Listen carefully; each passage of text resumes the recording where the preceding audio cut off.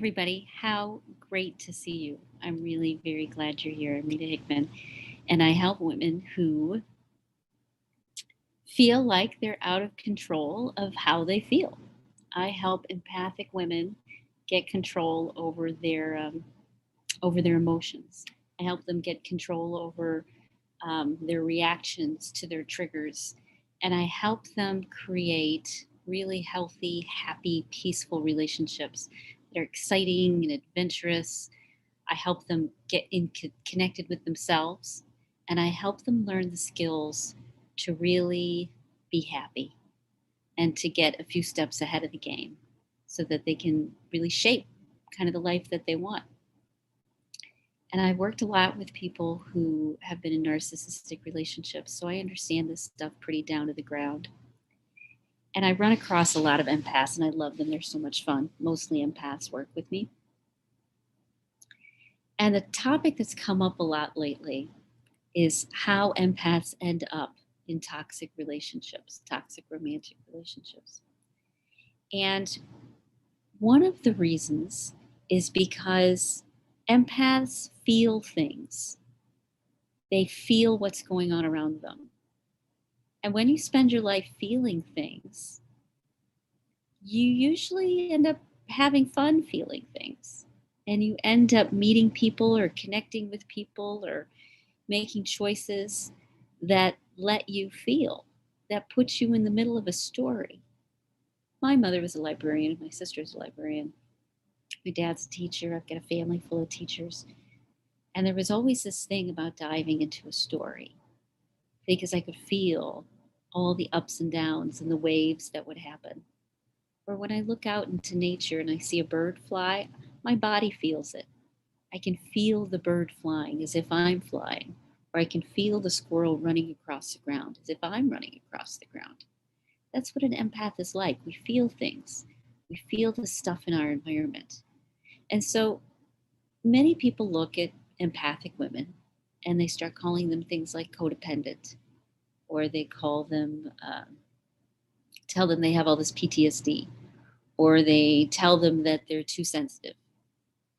When in reality, empaths are wired to be very sensitive to their environment. And they're naturally attracted or interested in things that make them feel, especially things that make them feel stuff they haven't felt before. They really dig having the whole life experience and enjoying life to the hilt. So when you start making friendships and when you start having relationships as an empath, you have to be very smart about who you let into your space. They have to be people that you enjoy feeling them, because you're going to feel everything that they go through. So I put a lot of hoops when I meet people, not in a bad way, but things that show them and show me that we're going to communicate and we're going to relate with each other in a really healthy, loving, kind way and fun way. One that where we can still have a good time, we can still poke fun at each other, but we're healing ourselves at the same time. It's a spiritual path. When you find relationships that are willing to walk next to you on a spiritual path, your life changes very quickly. You grow very fast. And you find that the universe was supporting you all along, even though it didn't seem like it. So, when you're starting to put your toe out there, you want to be as healthy, as balanced, and as grounded as you can be. Because you are naturally going to be attracted or interested in the most interesting people around, the people who have stories to tell, the people who've lived lives, the people who have sensitive inner worlds. You're going to see all of those things. And when you see them, you're going to realize that you want to live a life that's really good for you, a life that makes you happy, a life that leaves you fulfilled, and not one that pulls you in too many different directions. So don't feel bad if you find yourself in a dramatic friendship or a dramatic relationship. You were attracted to that because of your nature, because of who you are, because of how you work, because of what your body likes to do, because you're an empath. So don't be too hard on yourself. Just realize that you're going to want some of that.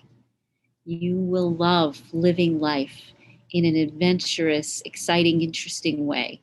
And when you give yourself permission, you get to weed the people out that aren't in your best interests.